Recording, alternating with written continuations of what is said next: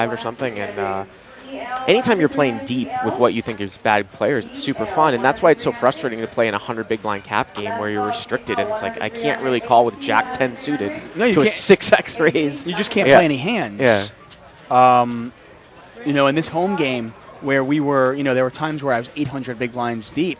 It was like, I'm not calling with any two, but I was calling with a pretty wide range because they'd make the raise to like $8. We were playing 1-2. And I could put $8 in there and win, 2,000. Fred is opened here for a raise. Evgeny called, and Tony's going to 3-bet, and both Superman and Fred are going to call, so the pot's $115.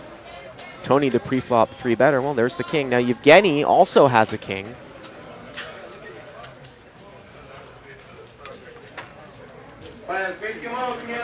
Tony's going to bet pretty straightforward. I was going to say, this is really interesting because he's come out and bet a lot. You just said before, maybe 15 minutes ago, if you're Evgeny and you check call and then Tony bets again on the turn, can you just fold? Wow, did Fred check raise? I wasn't expecting that. Fred is going to check raise here with air. Yeah, well, I think Fred obviously is trying to use the board. He figures, it's very unlikely that this helped Tony.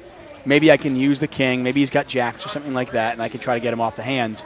Unfortunately for Fred, Tony's got the ace-king, and he's not going anywhere. Yeah, I think Fred shuts it down now. The only thing, though, is that is Tony going to really lead for over pot with jacks or queens? That's the only thing in terms of bet sizing. Usually you don't see Fred kind of stick his neck out like this. Yeah, now he gives it up. And he almost acknowledged it right away. The second he was called, he kind of shook his head like, oh, I'm done. Oh, the river's the 8 of hearts. And now he's like, wait a minute, can I rep like front door hearts here? And look at this. The only problem is that, see, Tony did not bet the turn.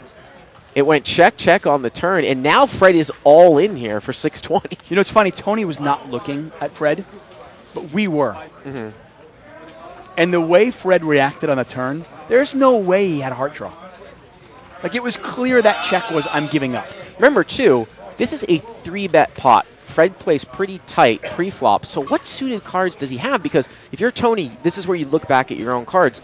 You have the ace of hearts. So what does Fred have here that's a suited heart hand? Yeah, well, I don't know. Queen, Jack, I don't know if Tony's taking it to that level. Well, I'm just saying that's what I would look at, Yeah. And Fred's bluff gets through. Now, I don't think Tony noticed, but I'm wondering if anybody at home noticed that. It looked like Fred gave up. It really did. And then on the river, it almost looked like he pondered, oh, can I use this card? He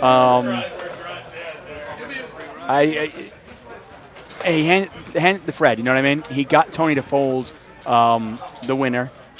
Pretty strong hand at that. So I will say that, Fred picked in kind of an ill-fated time to check raise bluff there. Again, maybe I wouldn't necessarily say it was the best spot because of Tony's bet sizing, but at least he recognized